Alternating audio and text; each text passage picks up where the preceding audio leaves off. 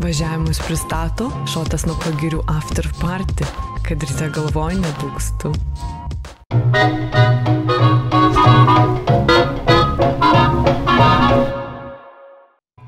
Grįžtam. Tu ką jau mailus siuntinėjai tenai, tipo, furistam? Jo, palauk sekundę. O kaip furistai pasitikrina tavo mailus? Dageriu? Ką?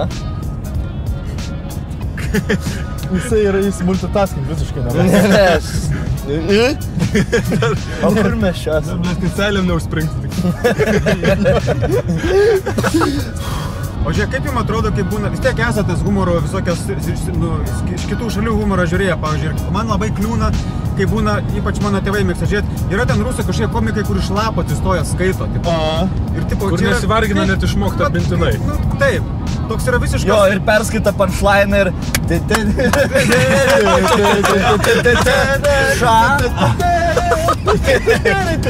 Kitas bairis. Žiūrėjau Titaniką, sunaudojau 13 servetėlių verkimui. Aš tai manau, kad dauguma rusų komikų be to gero montažo režisieriaus būtų nuliai. Nes ten kaip Ir be gerų rašytojų, nes jie net ne patys rašo. Taip, taip. Atsineša svetimą materialą.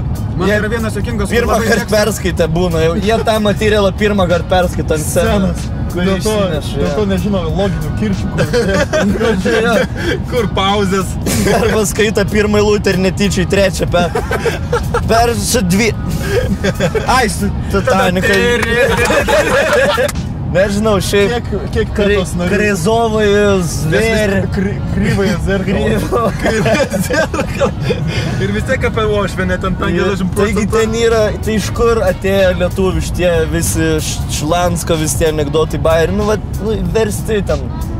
Aš esu milijoną kartų sakęs ir nenoriu kartotis, bet čia man yra apšiai žemiau kritikas. Pasakot 50 metų senumo bairis ir dar girtis, kad tu pasakoji bairis iš savo 30 metų lobyno. Man bairiai turi būti recent, atspindėti kažkaip dabartį ir su...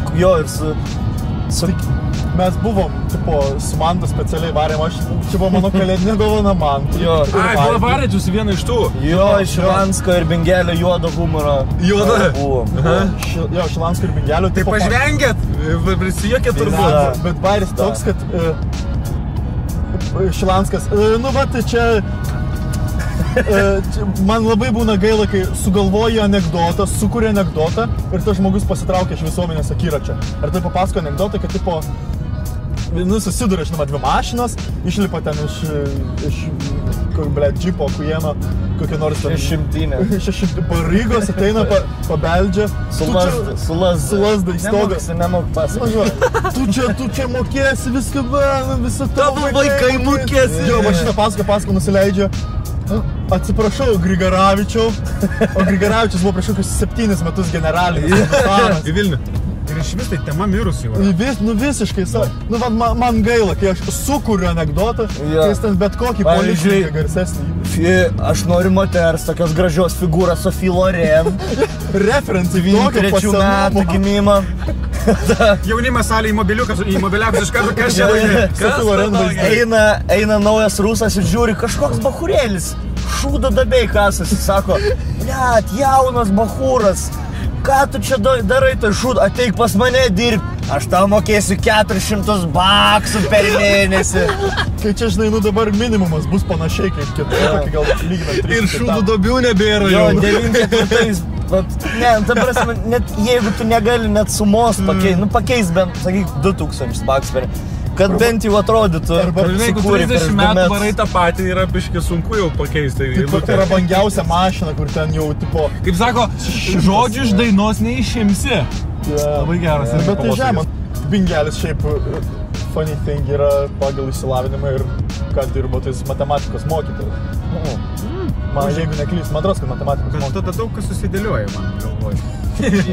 Anekdotų devintukas. Kas yra Šilanskas pagal išsilavinimą? Šilanskas yra alkoholikas pagal išsilavinimą.